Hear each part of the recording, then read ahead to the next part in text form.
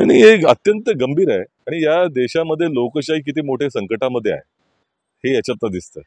ही जी मानसिकता भारतीय जनता पक्षाच्या मोदी सरकारची जी आहे ती दिसते की या देशामध्ये त्यांना कुठलाही पक्ष दुसरा नकोच आहे आणि अनभिषिक्त सम्राट बनायचे मोदीजींना आणि त्यासाठी या सगळ्या गोष्टी केल्या जात आहेत। कालच एक सर्वोच्च न्यायालयाने चपराक दिली निवडणूक रोख्यांच्या माध्यमातून। आता हे दुसरं चाललेलं आहे।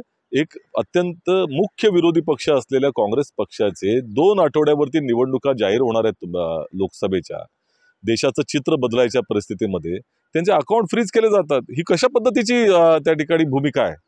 ह्यातनं काय त्यांची मानसिकता दिसते हे जनतेने आता ओळखलं पाहिजे। आणि कुठल्या मुद्द्यांवरती होतं की आज 2018-19च्या आर्थिक वर्षामध्ये अकाउंट्स फाईल करायला 40-45 दिवस लागले आणि दुसरीकडे सर्व खासदारांनी कोरोनाच्या कालावधीमध्ये आपला एक पगार दिला होता तो त्या ठिकाणी त्याच्या संदर्भामध्ये आक्षेप घेऊन 210 कोटीची रिकव्हरी दाखवतात आणि अकाउंट फ्रीज करायला सांगतात।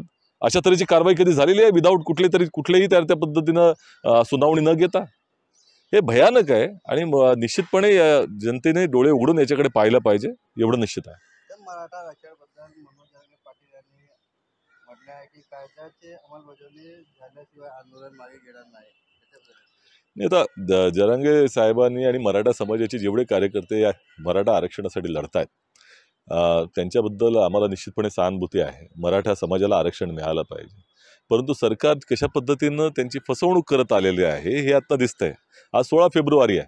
पहिली गोष्ट ज्या वेळेला वाशीमध्ये उदो करण्यात आला त्यावेळेला देखील तो अध्यादेश दाखवण्याचा प्रयत्न झाला सरकारकडनं, पण अध्यादेश नव्हता, ती अधिसूचना होती आणि त्याच्यामध्ये तुम्हाला जनतेच्या आणि त्या ठिकाणी मतं मागवणार होते, तो मसुदा होता नियमाचा।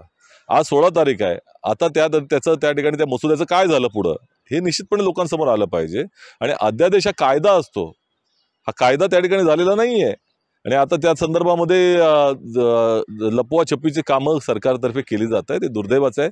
मराठा समाजाच्या जनतेच्या भावना अत्यंत उद्दीपित झालेल्या आहेत, अत्यंत त्या भावनांशी खेळ हा सरकारनं चालवलेला आहे। तर दुसरीकडे मुख्यमंत्री एकनाथ शिंदे यांनी मराठा आरक्षणासाठी येत्या 20 फेब्रुवारी रोजी विधिमंडळाचे विशेष अधिवेशन बोलवण्याची घोषणा केली आहे। त्याच्याबद्दल आता त्यांनी आता त्या संदर्भामध्ये कायदा बनवणार आहेत म्हणून आणलंय, कशा पद्धतीनं आम्ही ते पाहू, परंतु अशा पद्धतीची चेष्टा ही तिसऱ्यांदा झालेली असेल आणि त्यावरची प्रक्रिया झालेली आहे। आता या ठिकाणी त्यांचं म्हणणं आहे की मागासवर्गीय आयोगाच्या रिपोर्टवरती आता पुढची कारवाई त्या ठिकाणी करणार आहे। आम्ही पाहतोय त्याच्यावरती। मराठा समाजाची फसवणूक मात्र आम्ही होऊ देणार नाही एवढं निश्चित आहे।